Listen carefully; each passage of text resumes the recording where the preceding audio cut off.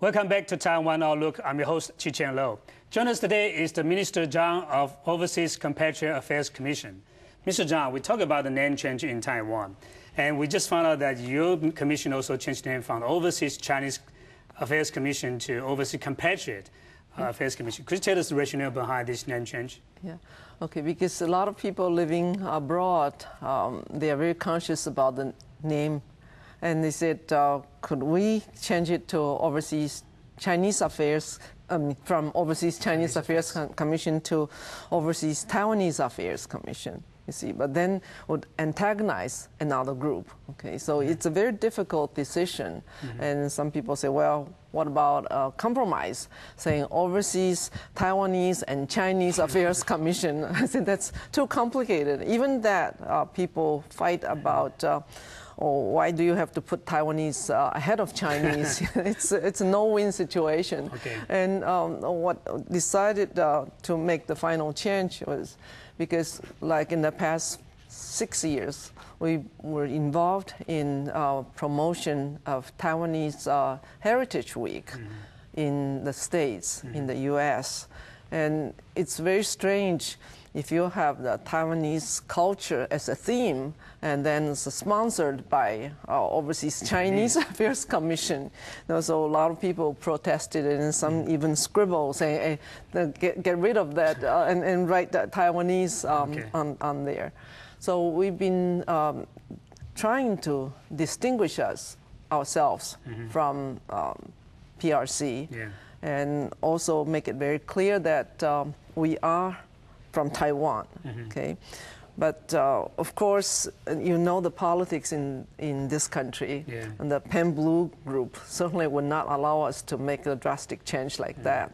So we've worked very hard, and finally we found this term, compatriot, and that's a little bit difficult to pronounce, and some people say, what's that? What's that meaning? And I say it means our nationals living abroad, right? So change it to OCAC, that we don't have to change the website, and it's we've been doing that ever since. But I think this name change reflects pretty much the same political situation in Taiwan as well. But as we know that since the transfer of power from the ruling KMT to the DPP in the year 2000, there have been some politics, controversies in the overseas Chinese and Taiwanese community. And Minister Zhang, you've been very busy trying to narrow the differences between the two communities. Could you tell us the progress of this kind of narrowing of the differences between the two communities? Yeah, it's obvious. People all have their very firm belief in whatever they are advocating. And we try to show a kind of a soft approach. And we made a lot of contact and tried to make friends. And by narrowing the gap, I think we have so far accomplished and made some progress. But still a long way to go. And like in the Bay Area in San Francisco, we have the athletic tournament, and it's more than 20 years history.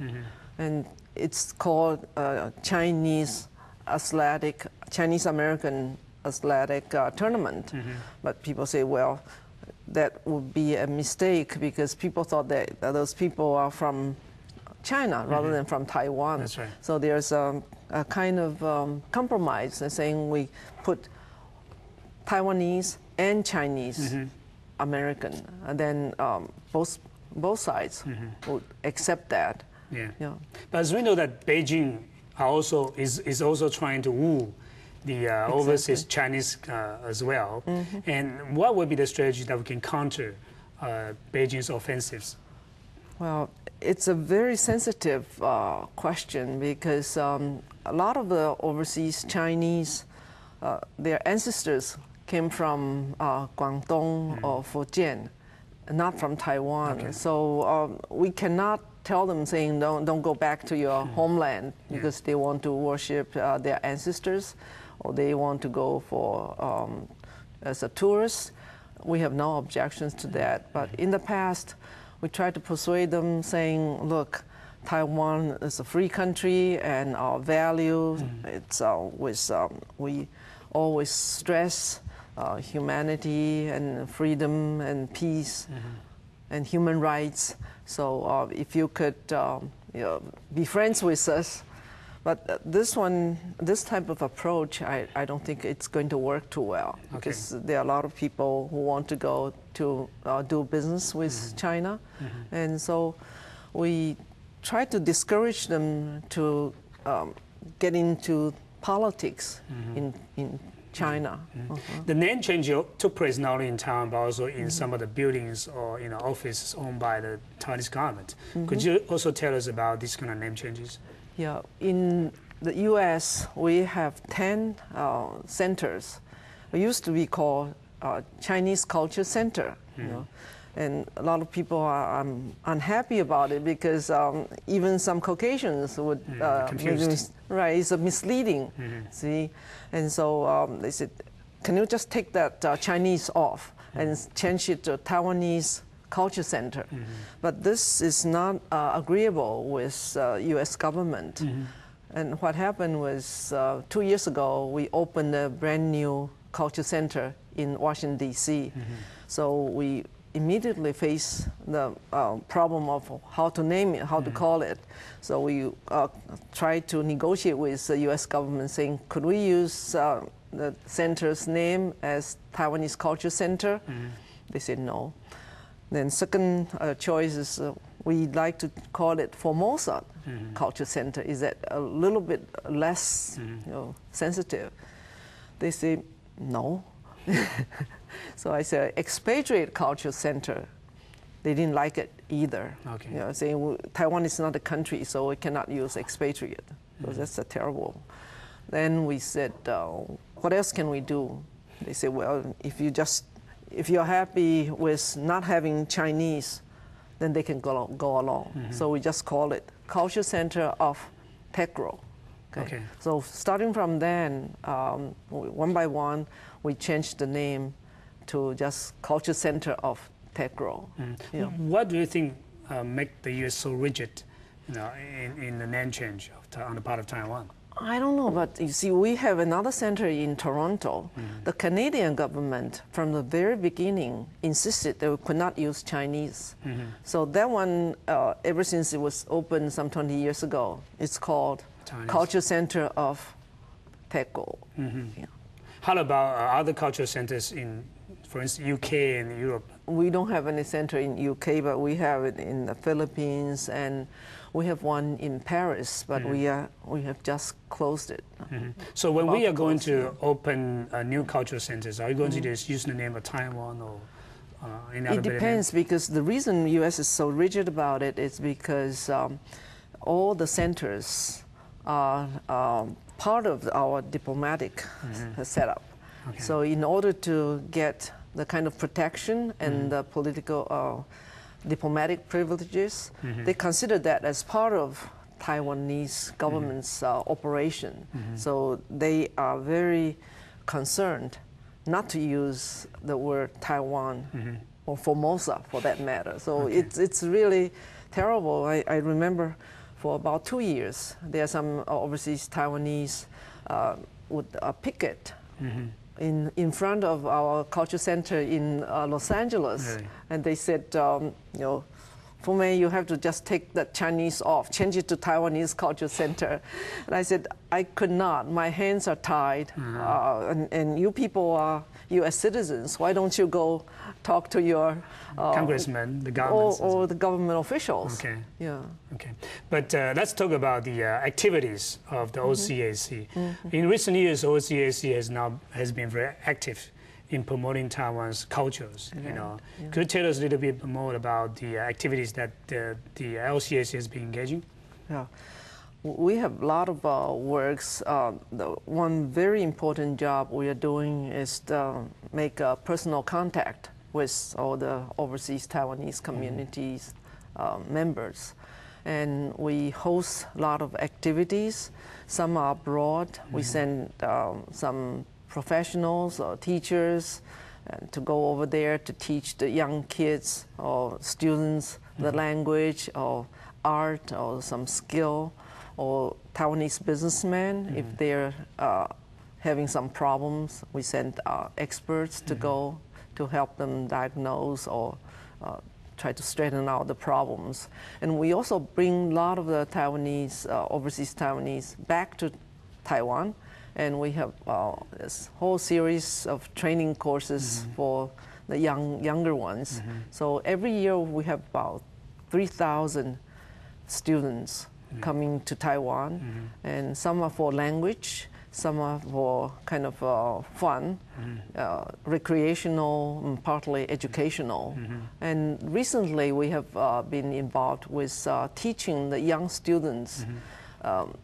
We recruited people from age 16 and above until about 27, and they would come to Taiwan to do the volunteer teaching of English. And I try to put them in a very remote region to teach Aborigines kids or people who are less privileged. And we even found some schools in 5th grade or 6th grade, they don't even know ABCs. Okay. It's very different from the situation in Taipei that we are familiar with. And so we started 3 years ago, and also, first we work with private foundations like Gold Car, Jinche, and then we also get in touch with younger Taiwanese students in the college. Some of them, for instance, they are especially interested in teaching the blind kids. Okay. And last year I got involved with Ministry of Education and saying, you people have a lot more money than we do, so we can go to do a cooperation. So we have 148 students coming to Taiwan, and we spread them out in teaching English. Yeah, we spread them out in 9 counties. And the first week, we give them a little training, how to do the teaching, how to interact. The second and the third week, we send them to school, and with a lot of close contact with the students. And the fourth week, we took them around to see Taiwan and introduced them to the beauty of Taiwan. So were they all volunteers? Yeah, they have to pay their own way. Okay, so are you going to expand the program in the coming this years? Year we have increased the number to 300, but there are about 600 people signed up. Really? Yeah, and I got a lot of phone calls and saying, Minister, could you know, my son is, you know, all from the States or from other countries as well? Canada, and sometimes we all have people from places like New Zealand or Australia. You know, that's a very successful program, and we like to bring a lot of them over because that's a win-win situation for a lot of young men and women from the States. They, for the first time, they experience the kind of country living, and they heard so much about Taiwan from their parents or even grandparents. I see. And so they are very impressed and very happy. This year we have some people who taught last year and wanted to come back. Yeah. So after they go back to their country, do you have any mechanism, you know, trying to maintain the relationship or networks that you established? Yeah, it's difficult to have this 148 students who participated. We gave them a certificate showing that they have done how many hours of volunteer teaching, and so I think that would be helpful to their college application, right? For the networking, we have another group. We have done that in the past 6 years or so. That's the elite group. Every year we only pick about 30-ish, at most 40. And they are the so-called overseas young professionals, a lot of physicians and lawyers, accountants, and people especially